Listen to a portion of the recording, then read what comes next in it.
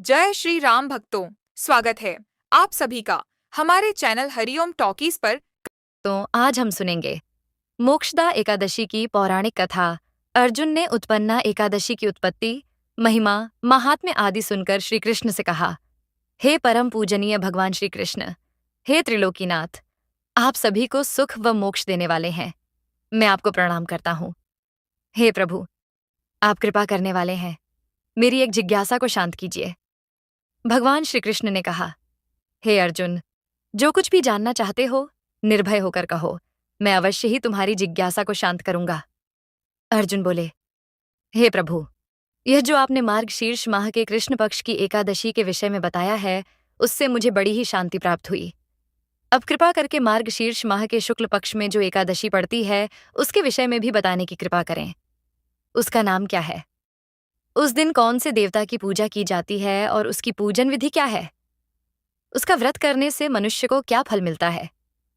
प्रभु, मेरे इन प्रश्नों का विस्तार सहित उत्तर देकर मेरी जिज्ञासा को दूर कीजिए, आपकी बड़ी कृपा होगी।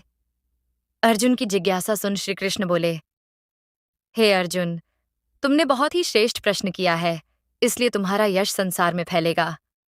मार्गशीर्ष माह के शुक्ल पक्ष की एकादशी अनेक पापों को नष्ट करने वाली है। संसार में इसे मोक्षदा एकादशी के नाम से जाना जाता है। इस एकादशी के दिन श्री दामोदर भगवान का धूप, दीप, नैवेद्य आदि से भक्तिपूर्वक पूजन करना चाहिए। हे कुंती पुत्र, इस एकादशी व्रत के पुण्य के प्रभाव से नरक में गए हुए माता पिता, पितरादि को स्वर्ग की प्राप्ति होती है। इसकी कथा एक पुराण में इस प्रकार है, इसे ध्यानपूर्वक सुनो। वह खानस नाम का एक राजा प्राचीन नगर में राज करता था। उसके राज्य में चारों वेदों के झाता ब्राह्मण रहते थे। राजा अपनी प्रजा का पुत्रवत पालन किया करता था। एक रात्रि को स्वप्न में राजा ने अपने पिता को नरक की यातनाएं भोगते देखा। इस प्रकार का स्वप्न देखकर राजा बड़ा ही व्याकुल हुआ। वह बेचैनी से सुबह होने की प्रतीक्षा करने लगा। सुबह होते ही उसने ब्राह्मणों को बुलाकर उनके समक्ष अपने स्वप्न की बात बताई। हे ब्राह्मणों, रात्रि को स्वप्न में मैंने अपने पिता को नरक की यातनाएं भोगते देखा। उन्होंने मुझसे कहा है कि हे पुत्र, मैं घोर नरक भोग रहा हूं, मेरी यहां से मुक्ति कराओ। जब से मैंने उनके यह वचन सुने हैं, तब से मुझे चैन नहीं है। मुझे अब राज्य, सुख, ऐश्वर्य, हाथी घोड़े, धन, स्त्री, पुत्र आदि कुछ भी सुखदायक प्रतीत नहीं हो रहे हैं। अब मैं क्या करूं? कहाँ जाऊं? इस दुह के कारण मेरा शरीर तप रहा है। आप लोग मुझे किसी प्रकार का तप, दान, व्रत आदि बताएं, जिससे मेरे पिता को मुक्ति प्राप्त हो। यदि मैंने अपने पिता को नरक की यातनाओं से मुक्त कराने के प्रयास नहीं किए, तो मेरा जीवन निरर्थक है। जिसके पिता नरक की यातनाएं भोग रहे हों, उस व्यक्ति को इस धरती पर सुख भोगने का कोई अधिकार नहीं है। हे ब्राह्मण देवों, मुझे शीघ्र ही इसका कोई उपाय बताने की कृपा करें। राजा के आंतरिक दुख की पीड़ा को सुनकर ब्राह्मणों ने आपस में विचार विमर्श किया। फिर एकमत होकर बोले, राजन, वर्तमान, भूत और भविष्य के झाता पर्वत नाम के एक मुनि हैं। वे यहां से अधिक दूर नहीं हैं।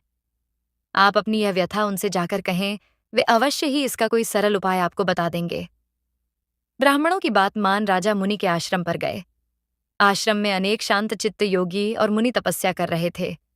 चारों वेदों के झाता पर्वत मुनि दूसरे ब्रह्मा के समान बैठे जान पड़ रहे थे। राजा ने उन्हें दंडवत प्रणाम किया तथा अपना परिचय दिया। पर्वत मुनि ने राजा से कुशल क्षेम पूछी।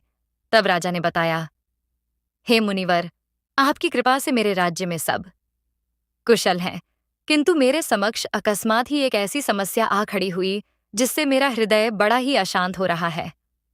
फिर राजा ने मुनि को व्यथित हृदय से रात में देखे गए स्वप्न की पूरी बात बताई और फिर दुखी स्वर में बोला, हे महर्षि, अब आप कृपा कर मेरा मार्गदर्शन करें कि ऐसे में मुझे क्या करना चाहिए। कैसे मैं अपने पिता को नरक की यातना से मुक्ति दिलाऊं? राजा की बात पर्वत मुनि ने गंभीरतापूर्वक सुनी। फिर नेत्र बंद कर भूत और भविष्य पर विचार करने लगे।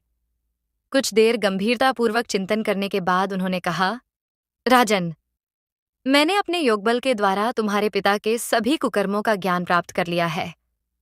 उन्होंने पूर्व जन्म में अपनी पत्नियों में भेदभाव किया था। अपनी बड़ी रानी के कहने में आकर उन्होंने अपनी दूसरी पत्नी को रतुदान मांगने पर नहीं दिया था। उसी पाप कर्म के फल से तुम्हारा पिता नरक में गया है। यह जानकर वैखानस ने याचना भरे स्वर में कहा, हे अर्शिवर, मेरे पिता के उद्धार का आप कोई उपाय बताने की कृपा करें। किस प्रकार वे इस पाप से मुक्त होंगे? इस पर पर्वत मुनि बोले, हे राजन, मार्गशीर्ष मास के शुक्ल पक्ष में जो एकादशी होती है उसे मोक्षदा एकादशी कहते हैं। यह मोक्ष प्रदान करने वाली है। आप इस मोक्षदा एकादशी का व्रत करें और उस व्रत के पुण्य को संकल्प करके अपने पिता को अर्पित कर दें। एकादशी के पुण्य प्रभाव से अवश्य ही आपके पिता की मुक्ति होगी। पर्वत मुनि के वचनों को सुनकर राजा अपने राज्य को लौट आया और परिवार सहित मोक्षदा एकादशी का विधिपूर्वक व्रत किया। इस व्रत के पुण्य को राजा ने अपने पिता को अर्पित कर दिया। इस पुण्य के प्रभाव से राजा के पिता को सहज ही मुक्ति मिल गई।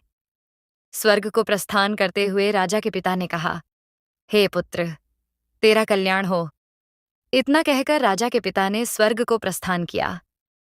हे पांडुपुत्र, जो मनुष्य मार्गशीर्ष माह के शुक्ल पक्ष की एकादशी का उपवास करते हैं, उनके सभी पाप नष्ट हो जाते हैं और अंत में वे स्वर्ग लोक को प्राप्त करते हैं। इस उपवास से उत्तम और मोक्ष प्रदान करने वाला कोई भी दूसरा व्रत नहीं है। इस कथा को सुनने व पढ़ने से अनंत फल प्राप्त होता है। यह उपवास मोक्ष प्रदान करने वाला चिंतामणि के समान है, जिससे उपवास करने वाले की सभी मनोकामनाएं पूर्ण होती हैं। हे अर्जुन, प्रत्येक मनुष्य की प्रबल इच्छा होती है कि वह मोक्ष प्राप्त करे। मोक्ष की इच्छा करने वालों के लिए मोक्षदा एकादशी का यह उपवास अति महत्वपूर्ण है। पिता के प्रति पुत्र के दायित्व का इस कथा से श्रेष्ठ दृष्टांत दूसरा कोई नहीं है। अतः भगवान श्रीहरि विष्णु के निमित्त यह उपवास पूर्ण निष्ठा व श्रद्धा से करना चाहिए।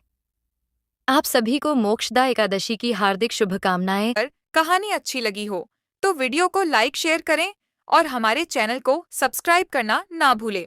जय श्री राम भक्तों।